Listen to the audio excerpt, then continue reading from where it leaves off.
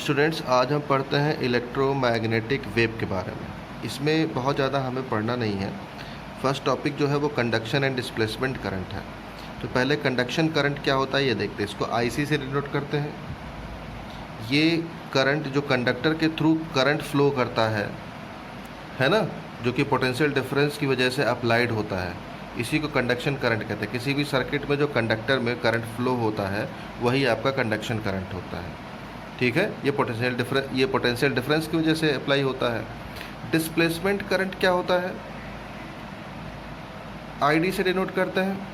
Is the current that is induced to expand the magnetic field inside capacitor due to mounting up the charges on its plate. Figure के through आप समझ सकते हैं। यहाँ एक capacitor है। जब हम सप्लाई पास करते हैं तो कैपेसिटर की ये प्रायोरिटी होती है कि वो चार्ज को माउंट अप कर देता है। एक तरफ पॉजिटिव चार्ज आ जाते हैं, एक तरफ नेगेटिव चार्ज आ जाते हैं। दोनों चार्ज जैसे ही माउंट अप होते हैं तो जो इसमें इलेक्ट्रिक फील्ड बनता है उसकी वजह से मैग्नेटिक फील्ड जो बनेगा माउंटिंग अप की वजह से, ठीक है, वो इसके अंदर जो करंट फ्लो होगा वो डिस्प्लेसमेंट करंट होगा। ये करंट ऐसे फ्लो होगा कि जो इलेक्ट्रिक फील्ड होगा, मैग्नेटिक फील्ड उससे थोड़ा सा एक्सपेंड हो जाएगा। तो इस तरह से जो करंट फ्लो होता है उसको डिस्प्लेसमेंट करंट कहते हैं। ठीक है, तो ये क्या है, कंडक्शन करंट आपका सर्किट के बाहर फ्लो होता है, सर्किट के वायर में। कैपेसिटर में प्लेटों के बीच में जो करंट फ्लो होता है वो डिस्प्लेसमेंट करंट होता है। यानी कैपेसिटर के प्लेट्स के बाहर डिस्प्लेसमेंट करंट जीरो होगा और कैपेसिटर के प्लेट के अंदर कंडक्शन करंट जीरो होगा। ये दो चीज़ें हमें याद रखनी है। अब जब हम कैपेसिटर को चार्ज कर रहे होते हैं, जब कैपेसिटर को चार्ज कर रहे होते हैं तो यही कंडक्शन करंट हम कैपेसिटर को देते हैं, तब डिस्प्लेसमेंट करंट और कंडक्शन करंट दोनों बराबर होते हैं। और जब ये पूरा कैपेसिटर आपका फुल टू फुल चार्ज हो जाता है तब कंडक्शन करंट की फिर ज़रूरत नहीं रह जाती। जब फुल चार्ज हो जाएगा तो कंडक्शन करंट प्लेटों में फ्लो नहीं होगा, यानी कंडक्शन करंट आपका क्या होता है, जीरो हो जाता है। ठीक है, और when no change in electric field between, आप कैपेसिटर के अंदर अगर इलेक्ट्रिक फील्ड चेंज ना हो तो डिस्प्लेसमेंट करंट इसका मतलब जीरो है। अगर डिस्प्लेसमेंट करंट कुछ है तो इलेक्ट्रिक फील्ड चेंज होगा, उससे मैग्नेटिक फील्ड एक्सपेंड हो जाएगा। ठीक है, तो अगर डिस्प्लेसमेंट करंट जीरो है तो इलेक्ट्रिक फील्ड चेंज नहीं होगा। ठीक है, यानी इलेक्ट्रिक फील्ड चेंज अगर नहीं हो रहा है तो डिस्प्लेसमेंट करंट प्लेटों के बीच में जीरो होता है। ठीक है, अब होता क्या है, जैसे टोटल करंट फ्लो की बात करें तो किसी भी सर्किट में टोटल करंट जो फ्लो होगा वो कंडक्शन करंट, अगर कैपेसिटर लगा है तो डिस्प्लेसमेंट करंट दोनों के सम के बराबर होता है। ये मैक्सवेल ने इसमें डिफरेंस बताया था, ये हमें समझना होगा। तो कंडक्शन करंट तो आपका एज इट इज़ है। डिस्प्लेसमेंट करंट की वजह से इसके बीच में इलेक्ट्रोमैग्नेटिक इंडक्शन होता है। इंडक्शन की वजह से ईएमएफ बनेगा तो फैराडे लॉ लगेगा।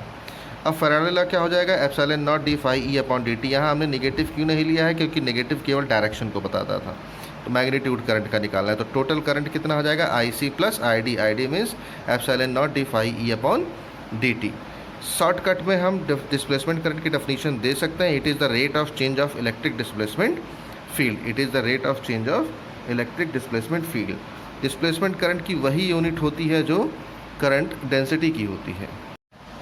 Maxwell equation, the basic laws of electricity and magnetism in the form of 4 fundamental equation is known as Maxwell equation. यानी मैक्सवेल इक्वेशन क्या होते हैं, बेसिक लॉज होता है जो इलेक्ट्रिसिटी और मैग्नेटिज्म में मिलते हैं।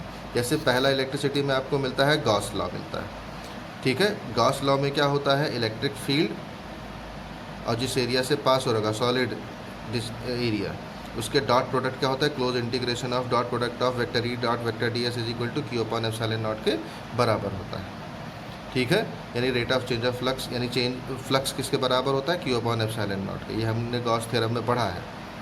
और मैग्नेटिज्म में गॉस लॉ क्या होता है कि मैग्नेटिक फील्ड और जितने एरिया से मैग्नेटिक फील्ड पास हो रहा होगा उसका डॉट प्रोडक्ट का क्लोज इंटीग्रेशन, क्योंकि क्लोज सरफेस से बाउंड होगा, वो क्या होता है, जीरो होता है। ये हमने मैग्नेटिज्म में पढ़ा है।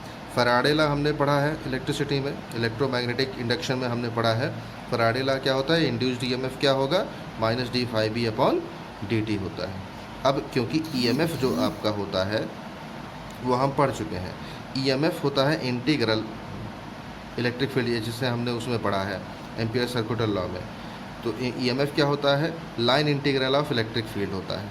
ये लाइन इंटीग्रल होता है किसका, इलेक्ट्रिक फील्ड, और जितना वायर का शॉर्ट वो लेंथ लेंगे, एरिया लेंथ एलिमेंट लेंगे, तो इसका होता है। तो हमने ई की जगह पे ये वैल्यू रख दी, तो -d∅b/dt ये फार्मूला आपका आता है इलेक्ट्रोमैग्नेटिक इंडक्शन में। ये तीसरा लॉ हो गया। चौथा लॉ क्या है, एम्पियर सर्कुलर लॉ है ना। एम्पियर सर्कुलर लॉ हम क्या पढ़ते थे, close integration of B.dl is equal to mu not I plus ID। अब मैक्सवेल इसमें क्यों लिखा गया एम्पियर मैक्सवेल सर्कुलर लॉ, क्योंकि सर्कुलर लॉ में केवल हम क्या लिखते थे, म्यू नॉट इंटू आई।